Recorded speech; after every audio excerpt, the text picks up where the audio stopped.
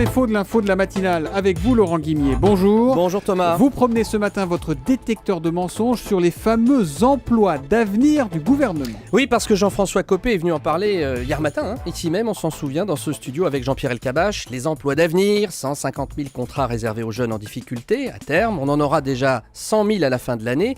L'État finance en partie le salaire, on s'en souvient, mais pour le patron de l'UMP, il l'a dit hier, ça va surtout servir à baisser le chômage de façon artificielle et puis, surtout, ça coûtera très cher. Il ne faut pas se leurrer sur le fait que le gouvernement a battu tous les records de financement de contrats aidés, c'est-à-dire qui sortent des statistiques du chômage, mais dont on sait pertinemment qu'ils ne créent pas d'emplois durables.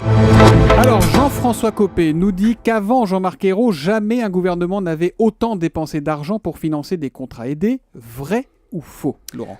Faux. C'est faux parce qu'il y a une exception.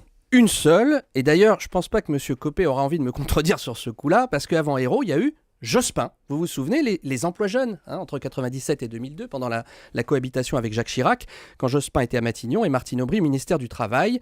310 000 postes d'emplois jeunes Jospin ont été créés. C'est donc beaucoup plus que les emplois d'avenir Hollande. Les emplois jeunes Jospin ont coûté, parce qu'il parle de financement, Copé, 3,5 milliards d'euros en 2000. C'est un poil plus que ce que vont coûter les emplois d'avenir Hollande chaque année. Mais cela dit, il n'y a pas que les emplois jeunes, Laurent, il y a les contrats de génération ou les emplois francs aussi, par exemple. Oui, et ça chiffre, et puis il y a tous les contrats d'insertion classiques. C'est vrai qu'il y en a beaucoup, 600 000 contrats en 2013 pour éponger la crise et le chômage. Mais là aussi, j'ai comparé aux années Jospin. Et figurez-vous qu'il y en avait encore plus, 800 000 contrats aidés, par exemple en l'an 2000, rapport de la Cour des comptes en 2011.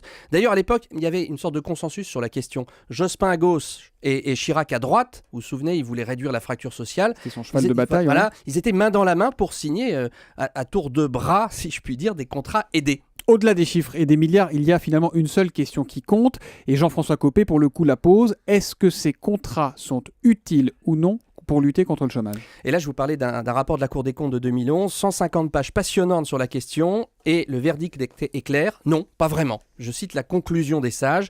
Les études françaises et internationales concluent à un impact très faible des contrats aidés sur l'emploi.